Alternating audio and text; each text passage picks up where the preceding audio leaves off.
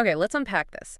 Imagine it's Black Friday, or maybe just the final day of your fiscal quarter. Ooh. Your enterprise is running this massive hybrid The application. high-stress days, right. Exactly. So part of it is sitting securely in your on-premise SAP S/4 HANA system, and the customer-facing front end is scaling dynamically on SAP Business Technology Platform, SAP BTP. You're processing, thousands of transactions a minute. Under incredibly heavy load. Right. And suddenly, a critical deployment is triggered to patch a bug.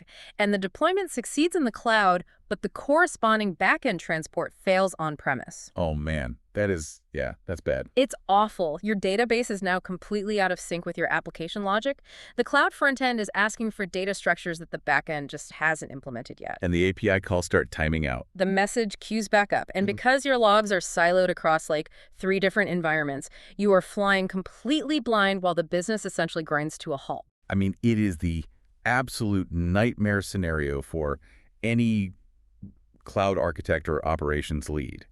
And the terrifying part is that in a hybrid environment, the vulnerability isn't necessarily the code itself. Right. It's not a syntax error. Exactly. It's the state. It's the synchronization of changes across entirely different technological paradigms. If you lack the infrastructure to tightly couple those environments, a localized failure instantly becomes a systemic collapse. Which is exactly why we are here today. If you're tuning in, you are navigating the complexities of SAP BTP DevOps. And, we're explicitly bypassing the generic high-level fluff today. No marketing brochures. No marketing brochures. You are here to build an ironclad architecture. This deep dive is an audio learning guide. We are going to deconstruct the exact mechanics required to ensure that the synchronization nightmare we just talked about never happens. Yeah, we're getting into the weeds today. We really are. We're diving deep into the core architectural concepts of SAP BTP, the fundamental delivery pipelines, and the operational automation engines that keep these systems breathing. So extract actionable next steps from this because we're pulling exact configurations directly from the SAP curriculum. And the overarching challenge we're tackling today is, well, it's the tension between agility and governance. I mean, modern development demands speed. Right. You want developers pushing code, running unit tests, and seeing results in minutes. But enterprise reality demands control. Exactly. You cannot have developers indiscriminately pushing to a production environment that handles financial data or critical supply chains. Right. So the architecture we are mapping out today is designed to give you both. The rapid automated validation of a modern cloud-native workflow locked inside a highly governed, strictly audited enterprise delivery pipeline. Okay, so let's start right at the foundation. Before we write a single line of automation script or even look at a Git repository, how should you actually structure your SAP BTP environment? Because the SAP documentation is incredibly rigid about this. Highly rigid, yeah. You cannot just throw all your applications into a single global account and hope for the best. Absolutely not. The foundational principle of SAP BTP DevOps is the staged account model. SAP mandates a strict separation of environments, and the baseline architecture requires a minimum of 3 distinct sub-accounts: development, testing, and production. Think of this like a high-end restaurant kitchen. Dev is the prep station, right? Where you chop onions, try new recipes, and basically make a mess. Exactly, the messy zone. Test is the chef's tasting table where you ensure the dish is absolutely perfect. And prod is the actual dining room. You never want to be chopping raw onions at the customer's table. That's a great way to put it. But, I know some architects might look at that and think, well, I can just create one sub-account and use different Cloud Foundry spaces to separate my dev, test, and prod. Oh, I've seen that. But that is a massive anti-pattern, isn't it? It's a huge anti-pattern.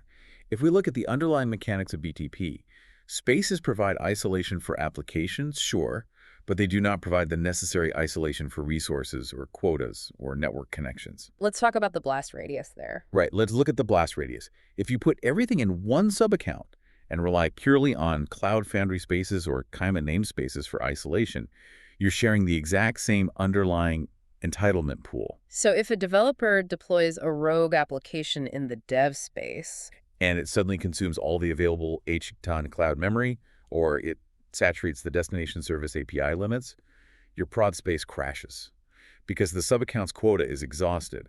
Quota management happens at the sub-account level, not the space level. wow. And it's not just about resource starvation, it's about network security and identity management too, right? Precisely. Think about your SAP Cloud Connector. That's the secure tunnel that bridges your BTP environment back to your on-premise systems. Right. You map a cloud connector to a specific sub-account. So if you only have one sub-account, you are essentially wiring your development environment and your production environment through the exact same network tunnel to your backend. Which means a developer could, theoretically, accidentally, or maliciously route a test API call straight into the production S/4HANA database. Exactly. By using a 3 sub-account model, you physically isolate the entitlements. You have a dedicated cloud connector for the dev sub-account pointing to the dev on-premise system, a separate one for prod pointing to the prod backend. And you isolate the identities, too. Exactly. You can configure your dev sub-account to allow permissive access for your internal engineering team, while prod is strictly bound to your corporate identity provider with multi-factor authentication and highly restrictive role collections. So the 3 sub-account model isn't just like a suggestion for neat organization. It is a hard security and stability boundary. It's an airlock system. An airlock system is the perfect analogy. Now, building these airlocks is one thing, but how we govern the movement through them depends heavily on the complexity of the application. The architectural sources highlight a scenario involving a company they call rotating banana. Ah, yes, rotating banana. They're managing software applications and find themselves in that exact hybrid nightmare we discussed at the top of the show. Right. The rotating banana scenario is highly illustrative because it deals with hybrid applications. They have business processes that span across BTP cloud applications and deeply embedded on-premise systems. So for them, agility is secondary. Exactly. Centralized absolute control is their primary boundary condition. When a single business process relies on a front-end PKAPP application in BTP and a back-end ABAP module in an on-premise system, you cannot deploy them asynchronously. Right. If the front end updates before the back end, the whole thing crashes. So the sources point to SAP Solution Manager, specifically Charm Change Request Management, as the governance engine here. How does Charm actually enforce this synchronization at a technical level? Charm acts as the overarching orchestrator of state. When you use Charm, you aren't just moving files, you're managing a synchronized release. Charm creates a centralized change document. Okay. This document acts as the single source of truth for the entire hybrid deployment. It physically binds the ABAP transport requests from the on-premise system together with the multi-target application archives, the MTDARs destined for BTP. So it's essentially a cryptographic lock. It says, do not deploy this cloud component unless the corresponding backend component is also ready and approved for deployment. Exactly. It uses a phased approach. A release manager sits at the Charm dashboard in SAP Solution Manager. They don't just click deploy to prod. They move the change document through specific status phases. Like what? Like in development, to be tested, successfully tested, and finally authorized for production. When the status changes to authorized, Charm reaches out to the on-premise transport management system and the BTP deployment services simultaneously. Ensuring they hit production in perfect sync. Yes, perfectly synchronized. Okay, so here is the first action item for you listening. Map out your current account model right now. Are you strictly separating dev, test, and prod into distinct BTP sub-accounts? If you haven't, you have a massive single point of failure. And if you are managing hybrid applications like Rotating Banana, evaluate if Charm in SAP Solution Manager is your best fit for centralized control. It is the ultimate litmus test of your architecture. You have to establish the physical boundaries before you can automate the movement between them. Right. Which brings us perfectly to that movement. Now that we have our kitchen properly zoned out, how do we actually move the code from the prep station to the dining room efficiently? Let's look at the build engine. The pipeline. Yeah, the pipeline. Because I see a lot of architectural confusion here, specifically regarding the overlap between continuous integration and delivery SAP CI/CD and SAP Cloud Transport Management, or CTMS. Oh, the confusion there is incredibly common. Many teams look at this and say, well, if I have a robust Jenkins pipeline, or I'm using the SAP CI/CD service to build, test, and deploy my code automatically, why on earth do I need another service called Cloud Transport Management? Exactly. If we have a CI/CD job doing the heavy lifting, why do we need CTMS? Isn't that redundant? I've heard architects argue that CI/CD is all you need. You just point the deployment target of your pipeline to the production sub-account, and you're done. It feels redundant until you dig into the underlying mechanics of an enterprise SAP landscape. CI/CD and CTMS serve fundamentally different, almost opposing purposes. Let's break that down. What's the CI/CD service doing then? Okay, let's look at the mechanics of SAP CI/CD first. CI/CD is your rapid validation engine. Its primary mandate is speed and objective technical verification. It is deeply integrated with your source code management. The sources explicitly mention connecting this to a corporate Git repository. And we should emphasize corporate Git. We aren't talking about a public repo here. Right, no public GitHub repos for this. We are talking about an enterprise-grade, highly secured environment like GitHub Enterprise or Bitbucket, where your source code, your actual intellectual property resides. Okay, so how does it connect? The integration point is typically a webhook. The moment a developer pushes a commit to a specific branch in that corporate Git, the webhook fires a payload to the SAP CI/CD service. And then it builds it. Right. The CI/CD service spins up a temporary containerized build environment. It pulls the source code, resolves the dependencies, maybe pulls in SAP UI5 libraries or Node.js modules, and it begins the build process. And this is where the rapid validation happens. It runs the unit tests, maybe static code analysis with SonarQuery, checks for vulnerabilities. It basically asks a purely technical question, right? Does this code compile? And does it pass our automated quality gates? Precisely. And if the answer is yes, the CI/CD pipeline packages that code into a deployable artifact. In the SAP BTP world, this is usually an MTR, a multi-target application archive. This MTAR contains all the different modules of your app. The database schemas for HANA, the Java or Node microservices, the UI front end, and the MTA YAML descriptor that tells BTP how to wire them all together. So CI/CD is just churning out these MTARs constantly. Every time a developer commits, a new MTAR might be generated in the development sub-account. Exactly. But this is exactly where CI/CD hits its conceptual limit in an enterprise environment, isn't it? CI/CD is automated and technical. It does not understand business context. Doesn't know anything about the business. It doesn't know if the QA team has actually signed off on the new feature or if the compliance officer has approved the release for audit purposes. That is the exact boundary where SAP Cloud Transport Management takes over. If CI/CD is the rapid validation engine, CTMS is the formal governance gateway. It handles the controlled reflection of your delivery landscape. Let's unpack that phrase, controlled reflection of your delivery landscape. What does that actually look like when you configure it in the UI? When you configure CTMS, you are essentially drawing a map of your 3 sub-account model inside the service. You create what are called transport nodes. So you create a dev node, a test node, and a prod node. Then you link them with transport routes. So it's a strict directional pathway. It is a highly rigid state machine. You configure the routes so that an artifact can only travel from dev to test to prod. It cannot bypass test. It cannot go backwards. Right. And here is the crucial mechanical difference. CTMS has its own internal storage.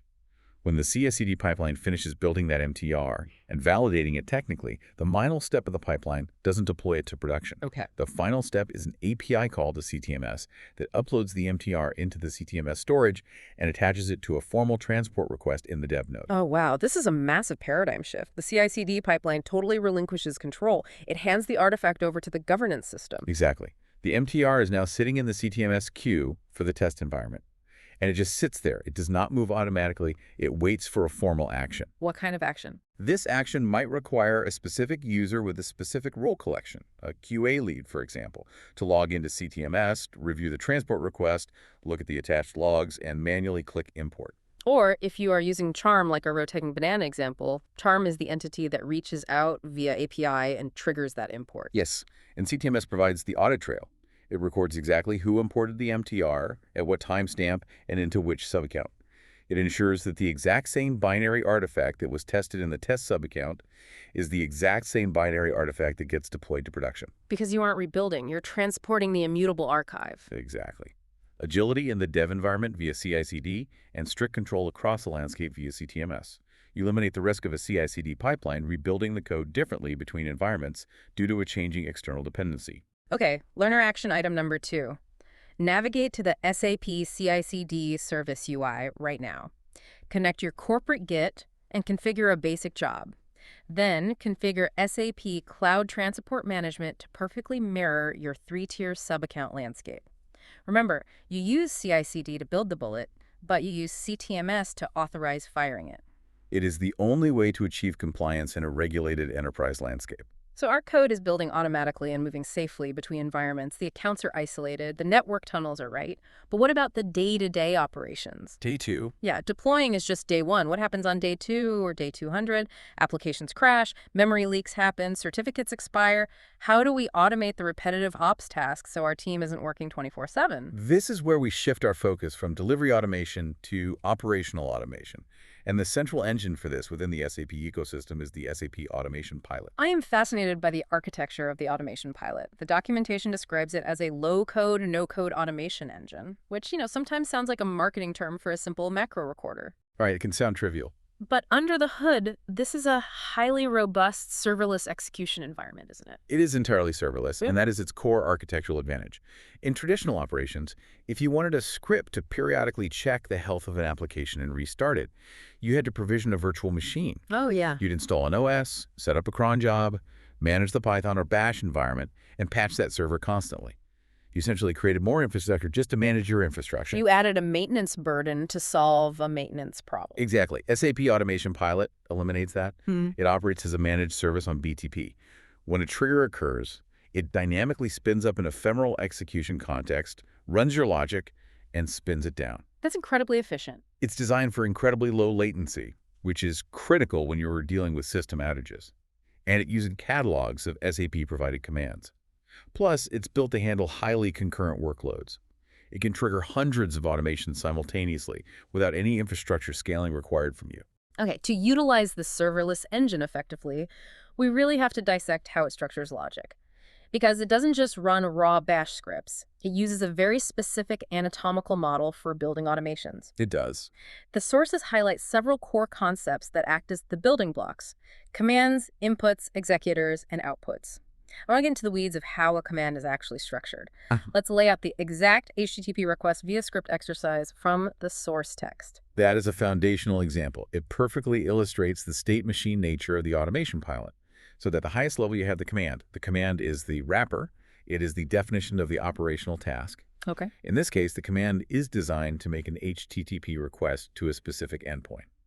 But a command is useless without context. It needs parameters. Which brings us to the inputs.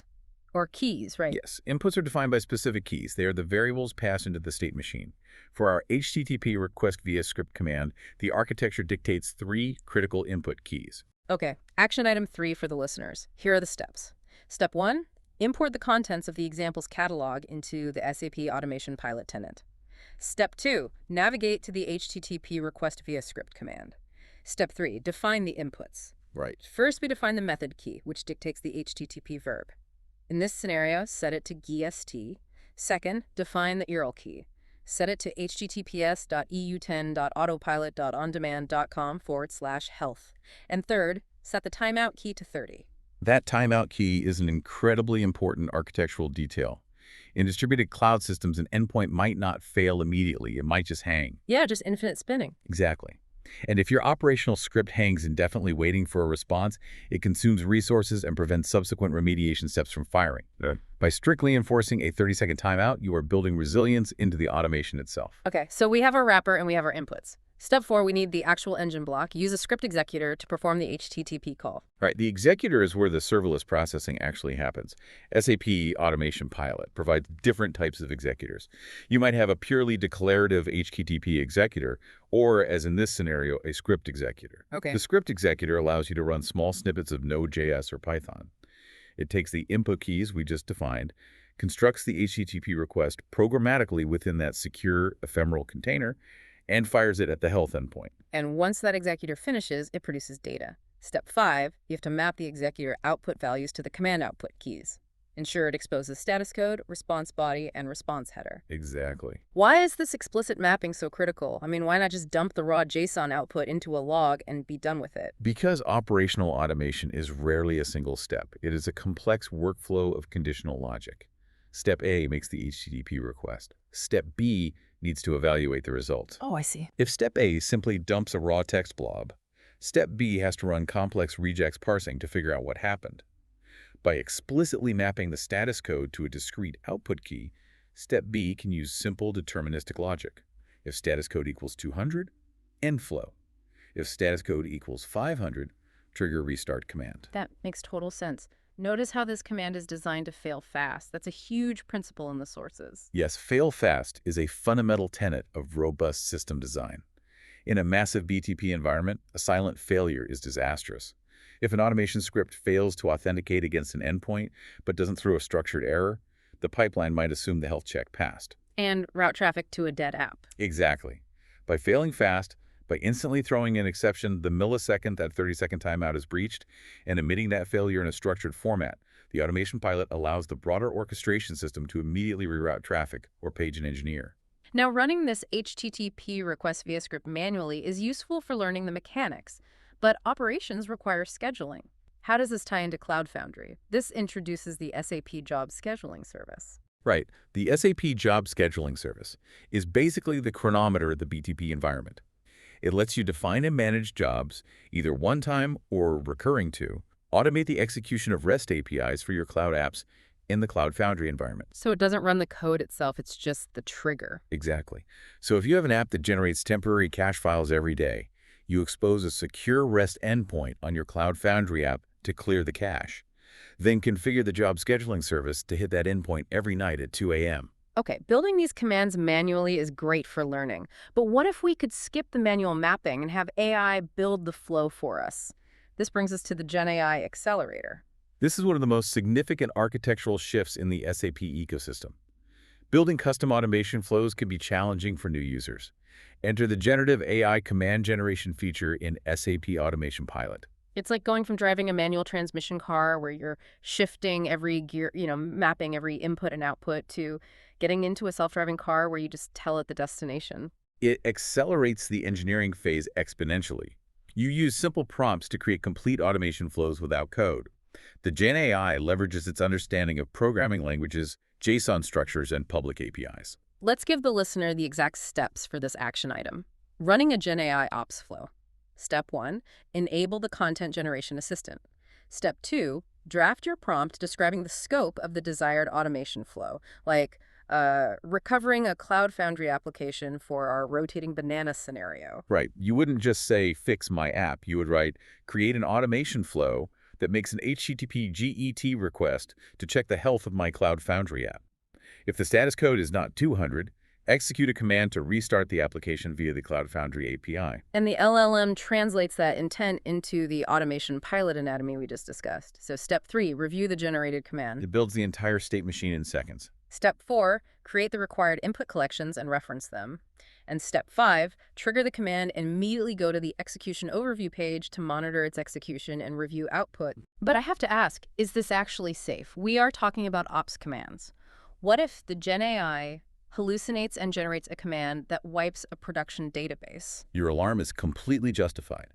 If the architecture allowed the AI to autonomously generate and execute code in a production environment, it would be a catastrophic security vulnerability. So how does it stop that? The SAP Automation Pilot explicitly isolates the generation phase from the execution and authorization phases. GenAI designs the flow, but it relies on the user to review the generated command, bind the correct input collections, and execute it. Walk me through that credential abstraction. Sure. When the GenAI builds the command to restart the Cloud Foundry application, it knows it needs to hit the Cloud Foundry API. But the GenAI does not possess your Cloud Foundry credentials. It simply creates an input key that says, I need an authorization token here. So the generated command is essentially an inert blueprint. It has no kinetic energy until the human operator actively binds it to a power source. Exactly. The architecture relies on input collections. These are secure, encrypted vaults within the automation pilot where you store your actual credentials. The AI cannot access these collections. To make the generated command run, the human operator must actively bind their specific Cloud Foundry input collection to the command's input keys. So if the AI hallucinates a command to drop a database, it will create an input key asking for database administrator credentials. And if the human operator sees that, realizes the script is rogue, and refuses to bind the DB credentials, the command is powerless. If it tries to run, it will instantly fail fast with a 401 unauthorized error. The control remains with the operator. That structural separation is brilliant. Okay, speaking of knowing exactly what is happening in our systems, whether an AI or a human ran the command, how do we actually track our system's health? We need to talk about local observability. This is perhaps the most vital component of the entire DevOps lifecycle. Without observability, you are running a complex machine in total darkness. The sources introduced the SAP Cloud Logging service as the comprehensive observability solution tailored for SAP BTP runtimes, like Cloud Foundry and Kaima. And this isn't just traditional text files sitting on a server, right? No, it's a massive evolutionary leap. It supports generic ingest APIs like OpenTelemetry and JSON for logs, metrics, and traces. OpenTelemetry is revolutionizing things. It really is. OpenTelemetry, or OTel, uses distributed tracing. If a user request hits a Node.js AKG app, then queries a HADA database, then calls an external on-premise system. If that request fails, how do you know which component caused the failure? Exactly. OTel generates a unique trace ID when the request enters. As it moves through the microservices, each service generates a span ID. Crucially, the OTel instrumentation automatically propagates the trace ID via HTTP headers to the next service. So context propagation is the magic. Yes. The SAP Cloud Logging service uses those trace IDs to stitch the entire journey back together into a visual waterfall chart. You immediately know exactly where the bottleneck is. That level of microscopic tracing is incredibly powerful, but integrating it requires serious architectural planning. The expert sources outline a highly structured approach, the 5 pillars of a local observability strategy. Let's break down the specific steps administrators must take. Pillar 1 is scope, which workloads emit signals. If you instrument every single debug log in dev, you'll saturate your logging instance instantly. You have to define a sampling strategy across dev, test, and prod. Right. Pillar 2 is legal and authorization constraints. Data isolation is a massive issue. It is. You might have different project teams who shouldn't be able to see each other's performance metrics. The text highlights using SAP Identity Authentication Service, SAP IAS roles, SAML configurations, and index or document-level security to isolate data without necessarily standing up separate instances. Which perfectly transitions to Pillar 3, joint analytics. Right. Deciding if pooling data into one shared instance helps spot cross-system patterns. If 2 projects use the same BTP destination service and it experiences latency, a shared instance lets you spot that infrastructure-wide anomaly. But joint analytics drives up data volume, bringing us to Pillar 4, sizing. I want to highlight a highly specific tool mentioned in the text here, using the Capacity Unit Estimator and the Service Innovation Guide. You cannot guess your sizing. Those tools help you determine data volume, retention periods, and auto-scaling limits for ingest and storage. And finally, Pillar 5, operations. Using the Instant Sharing Guide to manage shared instances across multiple DevOps teams versus siloed instances. Without operational guardrails, a shared logging tenant quickly devolves into chaos. So here's your learner action item for observability setup. Bind your application to the logging instance following the SAP BTP Developer Guide, but set up the identity service first. Establish your SAP IAS and SML integrations before the data flows. Security first, telemetry second. We have built an incredible diagnostic engine, but we still have a human bottleneck. Nobody stares at a dashboard 24/7. How does the system yell for help? Enter the SAP Alert Notification Service. Right, it collects technical info, creates real-time events, and allows DevOps teams to set conditions to filter out noise, because alert fatigue is a real danger. Crucially, it integrates with SAP Cloud ALM, Application Lifecycle Management. This is where we close the loop. Cloud ALM acts as the central operational brain. When the alert notification service detects a critical event, it forwards that payload to Cloud ALM to trigger predefined recommended remediation actions. It reaches out to the SAP automation pilot, passes the contextual data, and triggers the fix automatically. All within milliseconds. So if we zoom out, we have built a pipeline that builds the code, transports it safely via a 3-tier sub-account model, uses AI to write operational commands like our HTTP request via script, schedules those commands, logs every microscopic trace via OpenTelemetry, and automatically alerts us to issues. We have architected a highly orchestrated, secure, and self-regulating enterprise engine. It's been a highly technical journey today, and if you've stuck through these dense, actionable configuration steps, you are well on your way. But before we sign off, I want to leave you with a final mind-expanding thought based on the synergy of everything we've discussed. Yeah, we've seen today that SAP Automation Pilot can generate ops commands via GenAI, and SAP Alert Notification can trigger remediation actions from SAP Cloud ALM. Here is something to mull over on your own. If our alerting systems can automatically trigger remediation, and our GenAI can automatically write the scripts for that remediation, how close are we to a completely autonomous, self-healing SAP BTP environment? Will the DevOps engineer of tomorrow just be an AI supervisor watching systems repair themselves in real time? It's a fascinating question. The architecture we built today is the foundational prerequisite for that autonomous future. Thank you for taking this deep dive with us. Remember to check your configurations, test your GenAI prompts, and keep building. We will see you next time.